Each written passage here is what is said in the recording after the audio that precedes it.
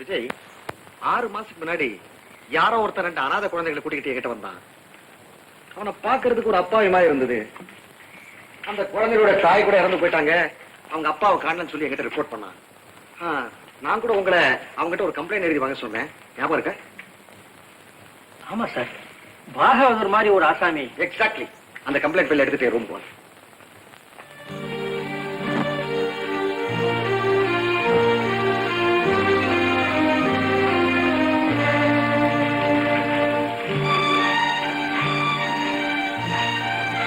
Okay, நீங்க போலாம்.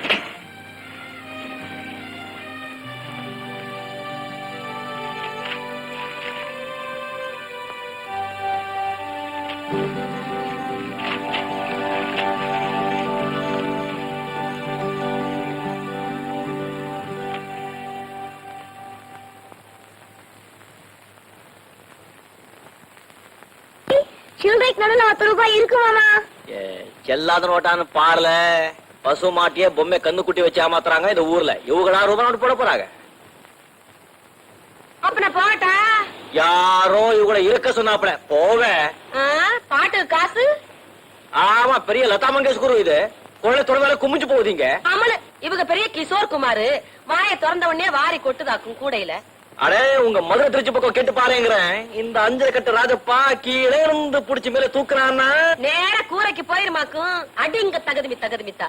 இந்த பட்டமா இல்லாம விட்டு பாருங்கிறேன் உங்க சங்கீதத்தை. விடுறேன், விட்டு பாக்குறேன். இத பொட்டி இல்லாம சங்கீதம் வராதா? கூட்டம் சேராதா? இந்த உன் பிச்சை காசு ஓடு கழுத. நான் சொந்தமா கத்திக்கிறேன். கத்திக்க. என்னமா இவங்க கூட ஆடித்தான் எங்களுக்கு குழப்பம் நடக்கிற மாதிரி. எங்களுக்குள்ள வீடா வித்து பழச்சுக்கிறோம். சொக்கா தூக்குங்கடா பொட்டிய. இனிமே எந்த மூலத்தை அடிக்கிறாங்கன்னு பாப்போம். வாங்கடா. சரிக்கா. ஆமா, ஊர்ல வேற மேளமே இல்ல. இவன் ஒரு மேளம் தான். போவேன். டேய், போனது போக மிச்சம் பாருடா. சாப்பாடுக்கு தேருமா சாயக்கு தேருமா? ₹5 சொச்சா இருக்கு மாமா. 5 கட்டையில கத்தி ₹5. கவலைப்படாதீங்க மாமா. இந்த ₹5 போக வீட்டுல உண்டியில ₹20 இருக்கு. சாப்பாட்டுக்கும் சமாளிச்சுக்கணும். வாடகை பணத்தையும் கொடுத்துக்கலாம். அட, வயிறா பிரச்சனைங்கிற. அழகா படிக்க வேண்டிய பிள்ளைங்க இப்படி ஆடி பாடி ஐயா சாமின்னு காசுக்கா கை நீட்டினா சங்கடம் இல்ல ஐயா. இன்னைக்கோ நான் வர்றவங்க யாரது? தாடியா? டாடி இல்ல மாமா, டாடி. அவரு உங்களை பார்த்தாங்கன்னா அட தெருவுக்காயம் பிள்ளைங்க வந்துட்டாங்கன்னு சங்கடப்படக்கூடாது. எவனோ ஒருத்த மாமா பிள்ளைங்களை நல்லா படிக்க வச்சான்னு சந்தோஷப்படணும். உங்க அப்பா வரும்போது நீங்க எல்லாம் ஸ்கூல்ல படிக்கலாம். மாமா, அப்பா உங்களை பார்த்தா நிச்சயமா சந்தோஷப்படுவாங்க. படாம பட்டுதான் ஆகணும். ரோஜா செடி ரோட்ல கிடந்தா அதை மிதிச்சிட்டு போறாங்களே தவிர மதிச்சு யாரும் எடுக்க மாட்டாங்க. நான் எடுத்திருக்கேன். ஒண்டி கட்டியா இருந்த இப்ப குடும்பம் ஆயிட்டேன்.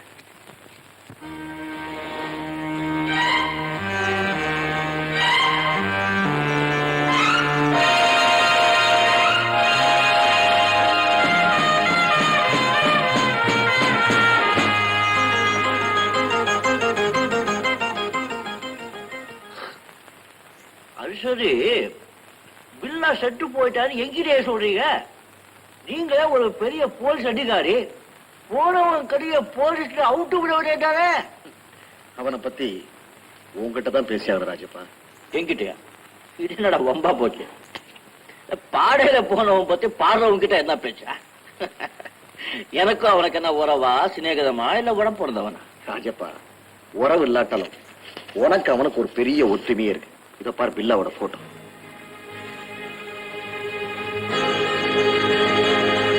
இது பில்லாவா? எங்கிட்டே ஓடுறீங்களா? இது பில்லா இல்ல, நான் இல்ல, இவன் தான் பில்லா. அப்போ இவனுக்கு பதிலா என்ன? நீ பில்லாவை மாறணும். நல்லா இந்த கதை. அம்மா என்ன விட்டுடுங்க. இப்பதான் சொன்னீங்க அவன் ஆளுங்க 3 நாள் போய் கையாள கொண்டாங்கன்னு. சாமி, முகர கட்ட ஒரே மாதிரி இருந்தா மட்டும் போதுங்களா? அவங்க ஆளுங்க 2 நிமிஷத்துக்கு அடையாளம் கண்டுபிடிச்சுவானுங்க. அந்த பிள்ளா எங்க, நான் எங்க? அவன் வாயை தோட்டா பொட்டு பொட்டு சும்மா சுடுங்க. நான் எங்க சுடுவேன்? இட்லி தோசை. உனக்கு நான் எல்லாத்தையும் சொல்லித்தரேன். தோசை சுடவா? ராஜப்பா, பில்லா இறந்துட்டாங்க ரகசியம் உன்னையும் என்னையும் தவிர வேற யாருக்கும் தெரியாது. அதே போல நீ பில்லாவா நடிக்க போறங்கிற உண்மை இந்த உலகத்துல யாரும் தெரிஞ்சுக்க முடியாது. போலீஸோ இல்ல பில்லாவோட ஆட்களோ நிச்சயமா உன்னை பில்லான்னு தான் நினைப்பாங்க. அங்கதான் எனக்கு டேஞ்சர். நான் தான் பில்லா போய் பிடிச்சுக்கிட்டா தோலை விரிச்சு உப்பு தடவை மாட்டா. அதை நான் பாத்துக்கிறேன். உப்பு தடவுறதையா? ராஜப்பா, உன் உதவியால போலீஸ் இந்த பில்லாவோட கேங்கியே சுத்தி வளைச்சது வச்சுக்கோ. சரி வச்சுக்கிறேன். அதுக்கப்புறம் இவன் பில்லா இல்ல, இவன் தான் நம்ம ராஜப்பா அப்படின்னு எக்ஸ்பிளைன் பண்ணிடுறான் போலீஸுக்கு. அப்புறம் என்ன? அப்புறம் சரிதான், நீ வீட்டோட இருப்பீங்க, நான் ரோட்ல நிப்பேன். சாமி, நீ உதவாத வேலை, உயிர் போற வேலை நமக்கு வேண்டாம். ஆள விடுங்க. நல்லா இருக்க ராஜப்பா. ராஜப்பா, என்ன சொன்னாலும் புரிய மாட்டேங்குது. இந்த நல்ல காரியத்தை செய்ய பயப்படுறியா? சாமி, இந்த பயங்கிற சொல்லோட அர்த்தம் இப்ப எனக்கு கொஞ்ச காலமா தான் புரியுது.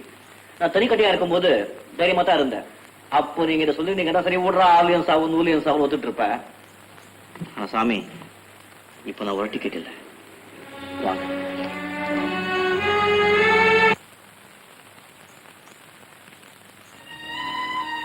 பாத்தீங்களா சாமி, நான் இருக்கேங்கிற நம்பிக்கையில எப்படி நிம்மதியா தூங்குறாங்க. இதுக்கு தூக்கத்தை கெடுக்குவா, இந்த பிஞ்சு குழந்தைங்களுக்கு துக்கத்தை உண்டாக்குவா. ஆனா எவனோ ஒருத்தன் பில்லா வேஷம் போடுறான் தெரிஞ்சுக்கிட்டாங்கன்னா மோசம் போயிடுமே சாமி. நான் வாயை பிறந்துட்டா இதுக்கு வாய்க்கு யார் சாமி சொர போடுறது? ஏழுங்க பத்தி மீட்டிங் பேசுவானுங்க, ஆனா ஊட்டி உலக ஒரு பைய கூட வர மாட்டான் சார். ராஜப்பா, ஊராம் பிள்ளைங்க மேல உன் பாசத்தை ரொம்ப வளர்த்துட்டு. பின்ன தம்பி தங்கை இல்லாத அனாதையாச்ச சாமி நாங்க. எனக்கு பாசம் இருக்காதா? அதுகளும் பாவம் என் மேல உசிரியே வச்சிருக்கு. ராஜப்பா, இந்த பிள்ளைங்க மேல எவ்வளவு பாசம் காட்டணும், அவங்களை எப்படி வளர்க்கணும்? கௌரவமா கண்ணியமா வளர்க்கணுமா, இல்ல தெருவுல ஆடி பாடி தெரு தெருவா அலைஞ்சி கேவலமா பிச்சை எடுத்து வளர்க்கணுமா?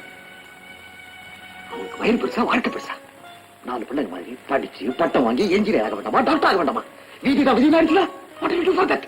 வேங்க சுவாமி, குழந்தைங்க தெய்வம் தான், தெய்வத்தை தெருவில் விடக்கூடாதுதான். ஆனா இதுக்கு நான் எப்படி படிக்க வைப்பேன், எங்க போவேன்? அதுக்கு வேண்டிய எல்லா ஏற்பாடுகளும் நான் பண்றேன். அவளை ஹாஸ்டல்ல சேர்க்கிறேன், அருமையா படிக்க வைக்கிறேன், உன் கனவெல்லாம் நான் பூர்த்தி செய்யறேன். ஆனா இத்தனையும் நீங்க சொன்ன நான் செஞ்சா செய்வீங்க. ராஜா, எனக்கு இறக்கம் இருக்கு, பாசம் இருக்கு. பில்லாவும் கூட்டாளியும் எனக்கு எதிரி இல்லை. உழைச்சு பிழைக்கிறதா வாழ்க்கை நினைக்காம அடிச்சு பிழைக்கிறதா வாழ்க்கை நினைக்கிறாங்களே, அவங்க இந்த நாட்டுல இருக்காமா? இந்த குழந்தைகளுக்கு நீ இருக்க, ஆனா அவங்களால அனாதையான பல குழந்தைகளுக்கு யார் இருக்காங்க? சொல்லு ராஜா, சொல்லு. என்ன மன்னிச்சிருங்க சாமி, இந்த மர மண்டைக்கு இன்ச்சு இன்ச்சா ஏத்தணும். சாமி, உங்க சொல்லுக்கு சம்மதம். Thank you Rajappa, thank you. ராஜப்பா, என் லட்சியம் நிறைவேறுங்கிற நம்பிக்கை எனக்கு வந்துருச்சு. உன் லட்சியத்தை நான் நிறைவேற்றிருக்கிறேன். இனிமே இந்த பிள்ளைங்களோட எதிர்காலம் என்ன சேர்ந்தது? அதோட அவங்க அப்பா யாரு, எங்க இருக்காரு?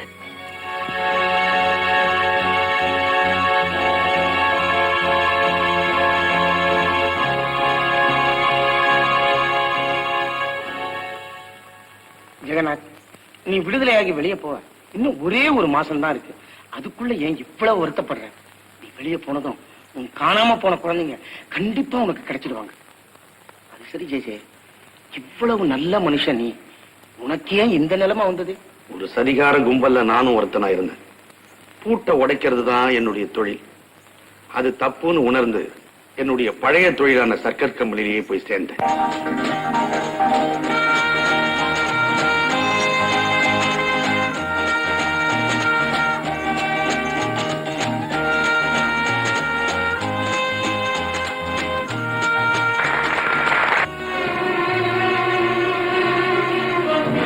Hello J. ஹலோ. வா, வண்டியில உட்காரு. நோ தேங்க்ஸ் ரஞ்சித், நான் வேற பாதியில போயிட்டு இருக்கேன். ஜே, அதனால தான் கார்ல போனவன் இப்ப தெருவில் போய்கிட்டு இருக்க. That's all right J. 2 பேரும் திசை மாறி போனாலும் பழைய சிநேகிதத்துக்காக என் கூட கொஞ்சம் தூரம் வரலாம் இல்லையா? வா, உன்னை விட்டுறேன். கேட்டீன்?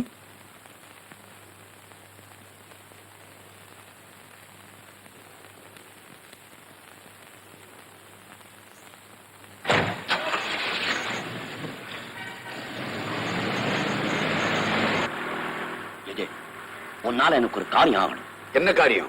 ஒவ்வொரு முதல் தேதியும் ரத்தன்லால் மில்ஸோட சம்பள பணம் கிட்டத்தட்ட 10 லட்சம் ரூபாய் பேங்க்ல இருந்து ஆபீஸுக்கு ஒரு பாதை வழியா போகுது. பாதை முழுக்கவும் பேனுக்கு 4 பக்கமும் பாதுகாப்பு இருக்கு. பிரயாண டைம் 1/2 மணி நேரம் தான். உன்னை நான் எப்படியாவது ஓடுற வேனுக்குள்ள உட்கார வச்சிருக்கேன்.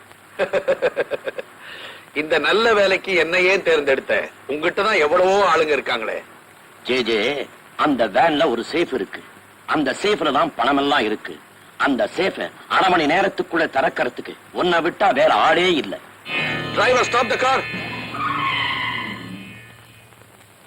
ஜே இன்னும் நீ உன் பதில சொல்லலையே. நான் தான் ஆரம்பத்திலேயே சொல்லிட்டேனே, உன்னுடைய பாதை வேற என்னுடைய பாதை வேறன்னு. இடியட் மாதிரி பேசுறிய. இந்த சர்க்கஸ்ல உனக்கு என்ன கிடைக்கும்? நான் சொல்ற காரியத்தை நீ செஞ்சா உனக்கு 1.5 லட்சம் ரூபாய் கிடைக்கும். No chance. ரஞ்சித், பாடுபடுறதுதான் தொழில், பூட்டை உடைக்கிறது தொழில் இல்ல. டாடி டாடி என்ன பையன் அழறீங்க? மம்மிய விஜய் ஹாஸ்பிடல் கொண்டு போயிட்டாங்க டாடி. ஆஸ்பத்திரிக்கா? எதுக்கு? ஆமா டாடி, மாடிப்படியில இருந்து மம்மி தலை குப்புற விழுந்துட்டாங்களா. அடுத்த வீட்டு ஆன்ட்டி ஆஸ்பத்திரிக்கு போன் பண்ணி மம்மிய மம்மிய காமா இருங்க, யாரும் அழாதீங்க. அம்மா ஒண்ணும் ஆகாது, நீங்க தைரியமா வீட்லயே இருங்க. நான் ஓடி போய் அம்மாவை கூட்டிட்டு வந்துடுறேன். இந்தா.